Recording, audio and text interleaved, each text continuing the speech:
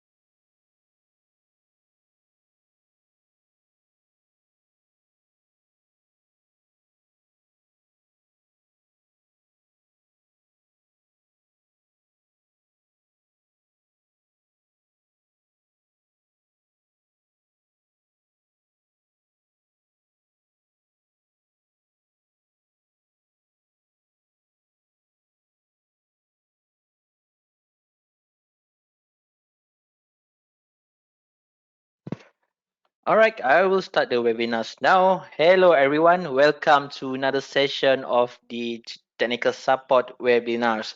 I hope everybody is doing great and fine and having good life.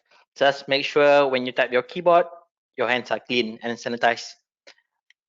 For housekeeping, this webinar is being recorded and the link to the slides and the recording will be made available after the session. You can also post your question if you have any on the control panel on your right side. So to recap again, I'm Nash. I'm from Lika Asia Technical Support. This team is being led by Mr. Neil Ashcroft, and together with him is Mr. Katie Lim, is our Senior Technical Support Engineer, Ahmad Nashrik, which are Nash, which are me, and we have Haris Manso in the team. So the first poll to recap what, because I've been presenting about what introduction to GNSS in my previous webinar. I hope you guys can answer it correctly. So the question is, what are the error sources affecting GNSS observation?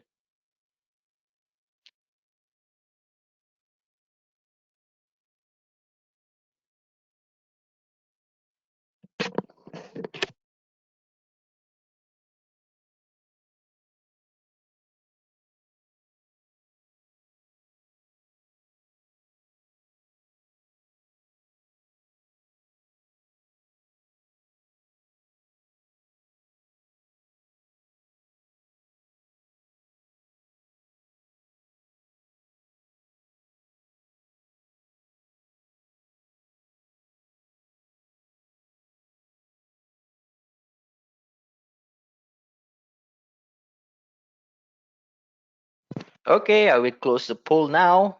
Well, the result is quite surprising. As you can see here, that The wrong answer should be astronaut error. Astronaut doesn't play part in the GPS observation. To recap what happened on the first thing is what is GNSS rovers? So it determines the user position, it determines the velocity, and it determines by the precise time broadcast by the satellite.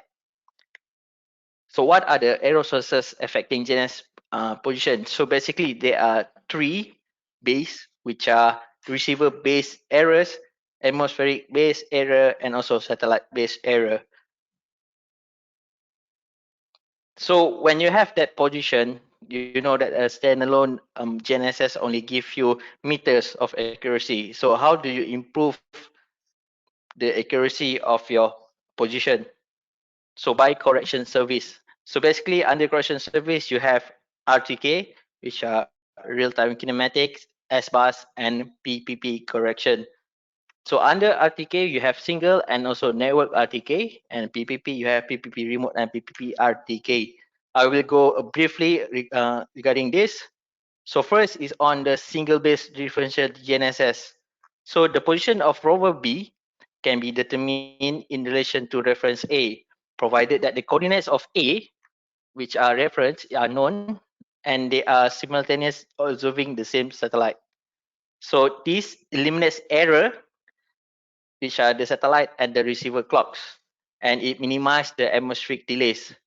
You can achieve accuracy up to 3 mm to 5 meter. For if you are using code only accuracy, the range is only from zero point 0.3 to zero point 0.5 meter, and this is typically called as a DGPS. If you are using phase or code and phase, the accuracy can be from 10 to 5 to 10 millimeter, and this is typically referred as RTK. So in a base single base positioning, you have one base and one rover, and with distance, if you are getting far from your base, you will have less accuracy, reliability, and availability because the change in the atmosphere is can be seen. That's why when we introduce more base station, it will become the atmospheric delay can be calculated, and this way you can have the reliability all over the location. Next is on precise point positioning. I think you have heard about precise of point positioning. It does not require you to put a base station there.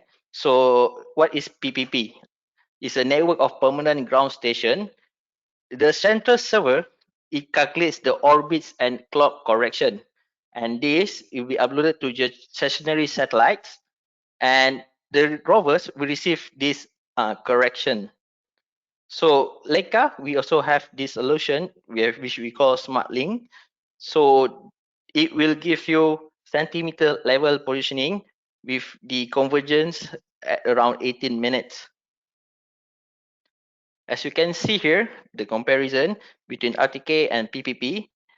RTK, you can have initialization time less than 20 seconds and you can have accuracy of centimeter. And PPP, it requires you to have initialization time of 40 minutes for float solution, and the accuracy is around few centimeter. As you can see here, the comparison between accuracy and time for positioning solution. And you can see that the network RTK is more commercially attractive. Then we go to the poll number 2. So have you heard about IMAX and MAX? So IMAX and MAX were developed by Leica Geosystem. Is it true or is it false? It was developed by Trimble.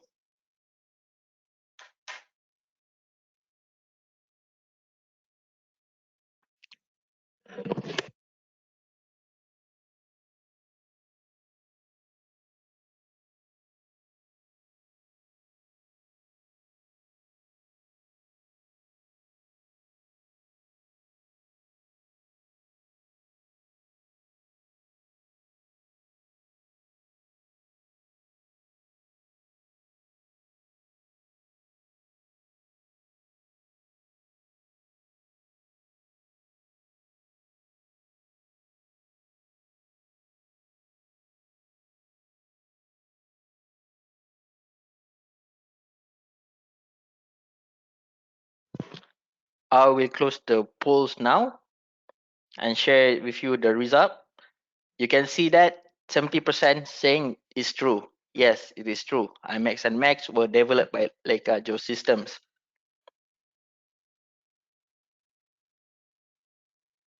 So next, I will go more on the GNSS rover network type. So I think most of you are familiar with GNSS network type. When you try to connect to a N-trip connection, you will have an option which are nearest, IMAX, MAX, VRS, or FPK. But what does it FKP? Sorry, what does it mean? So nearest is basically using a direct directional correction estimate by the real cost which belong to the network. So if a distance between master and rover is below 30 km, you'll be using the nearest cost station. So next is IMAX. IMAX or individualized master auxiliary, which are very similar to VRS, where the control center estimate the correction for the rover position and the rover receive immediately the correction value, which are directly applied to their data. As for MAX is in master auxiliary approach, the rover estimates the bias around its position using the correction data with respect to some closest cause, which at least 5 of them, which this will create the cells. And the selection of cause which compose the cell is made by the control center. And considering the single cause, availability, and the number of satellite. So next is the FKP. So in English they call it multi-reference station. So FKP approach is based on an interpolative model of a differential correction, which is estimated starting from all available raw data from the single cause and each satellite. And the last is the VRS approach. So it's a schedule range and carrier phase observation which come from at least 3 stations, continually collected and processed by a control center. Once achieved and maintained over time, a network solution for fixed ambiguity begins the phase of modeling bias. So people always ask which is better? Is it nearest, IMAX, MAX, VRS, or FPK? So Max and IMAX offer an open standardized format that enable efficient and accurate network RTK in both broadcast and two-way mode without the need for proprietary message, and thus avoiding the compatibility issue of the earlier approaches. So IMAX and MAX were developed by Leica. So IMAX with an I is a lower bandwidth single site RTSM format that can be also integrated by older receiver that do not support the new network message. So MAX is not just a new data format, it's rather a whole new second generation approach to network RTK that address all of the shortcomings of previous approach. So in the master auxiliary concept, the rover is given all relevant information on the ionospheric and geometric errors observed by the reference network and is able to utilize this information in an optimal way. And the rover is no longer restricted to simplistic interpolation method used by VRS, but is able to do true multiple baseline positioning. I know it's quite long explanation, but I believe you guys can watch again this webinars later. I think you guys also came across with the RTK correction data format. You have CMR, CMR plus, CMRX, or even RTCM V2 or V3. So CMR is basically is a Trimble proprietary format, but other receiver manufacturers such Leica has figured out how to pass it, means to decode it, and eventually Trimble published their specs so everyone could use it. Today, rarely is being used as the legacy equipment that does not support anything newer. So then, Trimble came up with a new one, which are the CMR Plus. It features more compact message structure than previous CMR. The GPS portion of this protocol was originally Trimble proprietary, but was later released as become widely used standard. No GLONASS spec were released by Trimble, but other manufacturers have extended the format to include GLONASS information as well. So unfortunately, the GLONASS portion isn't as standardized as the GPS portion.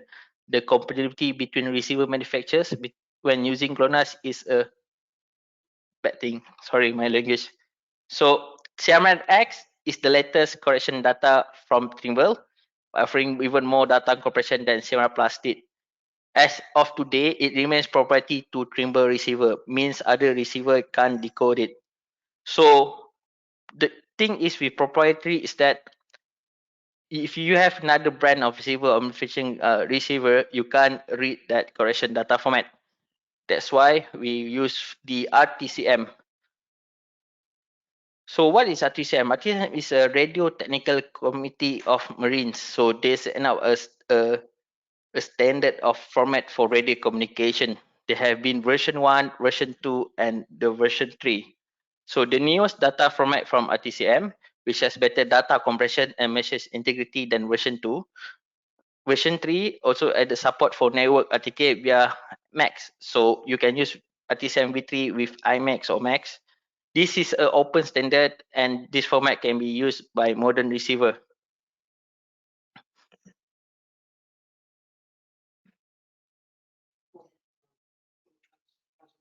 Yep. So RTSM 3.2 also enable you to do coordinate transformation, which has 7 parameter if I'm not mistaken.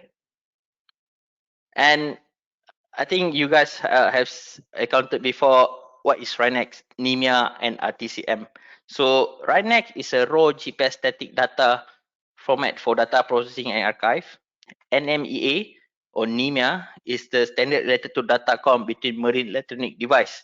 So sometimes when you have a bathymetric sensors such as the multi-beam, you will need to feed in NIMIA data to the sensors. And RTCM, like I said before, you can see from the link, you can see there's a lot of message type that with the RTCM tree. So they can have proprietary format from Leica or even transformation parameter, ephemeris data, and everything. So to summarize this webinar, as per you see before, that the point positioning give you accuracy of 5 to 10 meter for one epoch solution and less than 5 meter if you observe for 24 hours for single point positioning. For differential is from 0.3 meter to 5 meter. Differential phase, which are RTK, you can get 8 millimeter. And for a post processing, you can get 5 millimeter to 3 millimeter, depends on your satellite and your processing and your data observation. That's end my presentation. Do you have any question? Please type on the right side of your screen. You can send me the question.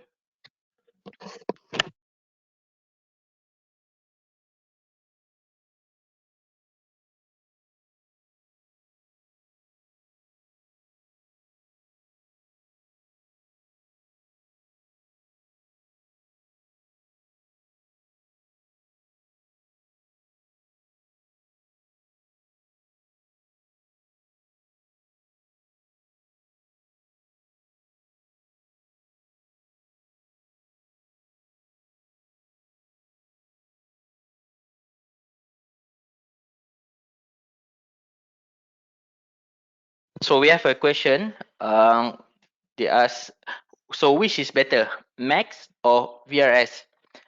As per I showed on the previous slide. So here, there's a paper published by Anne Brown, Gisler, and Troyer. They do a RTK rover performance on Max and they make comparison with VRS. The Max will give you more reliable positioning, where VRS just give you position without knowing the reliability. If you have any additional question, do let me know.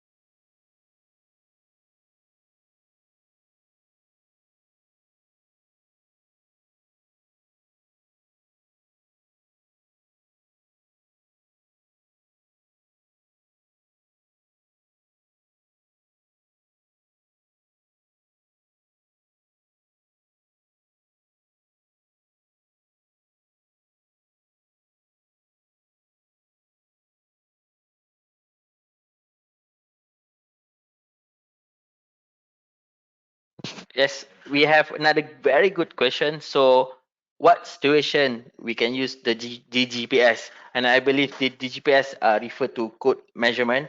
So basically, for accuracy of sub centimeter, or we call it a millimeters accuracy, this is mostly used for marine navigation to navigate your vessel in and out of port or on the seas, and can be used for GIS application where they want to know where's the position of a lamp post.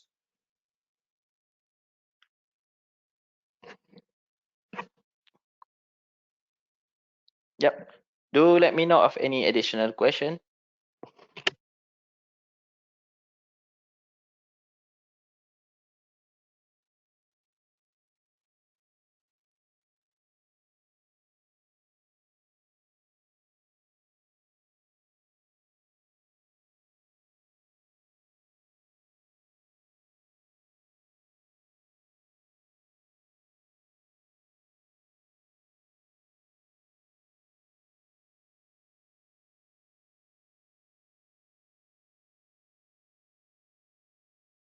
Okay, I think there's no more question. But if you do have a question, do email to us asia.technicalsupport@lekajosystem.com.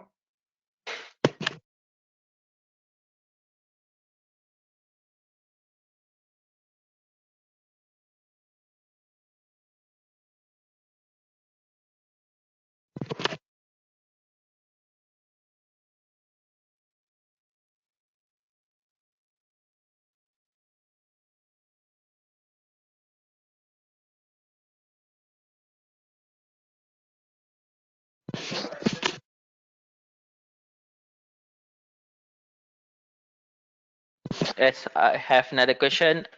She want to ask the difference between RTK radio and RTK network accuracy. So basically, when we use a single base, which consists of base station and a rover, and we have a radio connectivity, we can use that for, let's say, less than 10 kilometer, or maybe maximum 15 kilometer. It can work. So as for network RTK is where you don't need to use you don't need to purchase or buy or place a base station, and it can work in a range of 70 kilo between 2 points.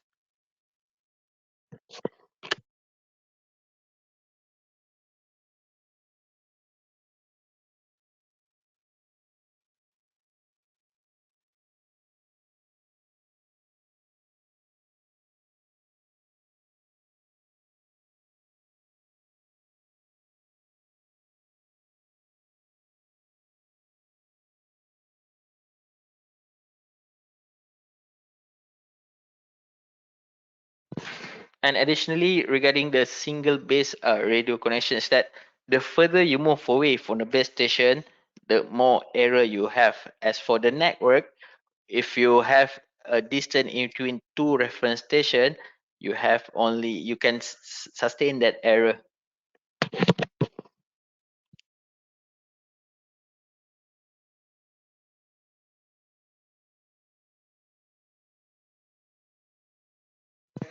Yep, I believe that's all the question that you have for me. I hope you have enjoyed one moment listening to my webinar. I know it's a bit sleepy, a lot of technical. Oh, another question coming in.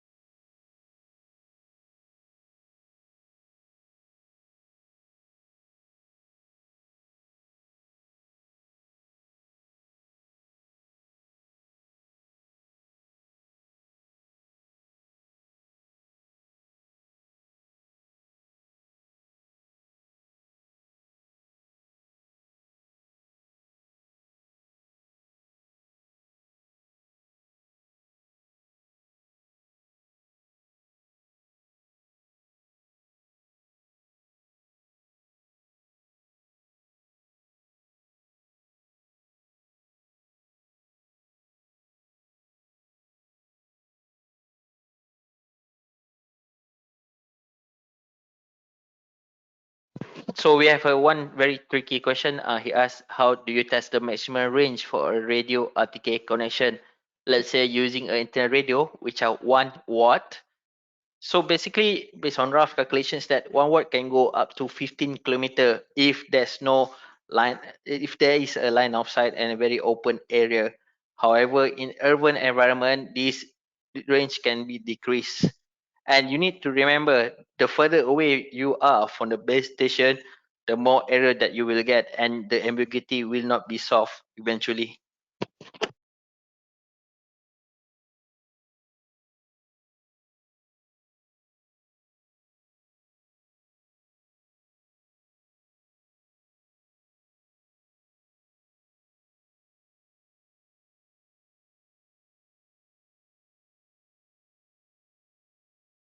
Okay, maybe one last question if you have any.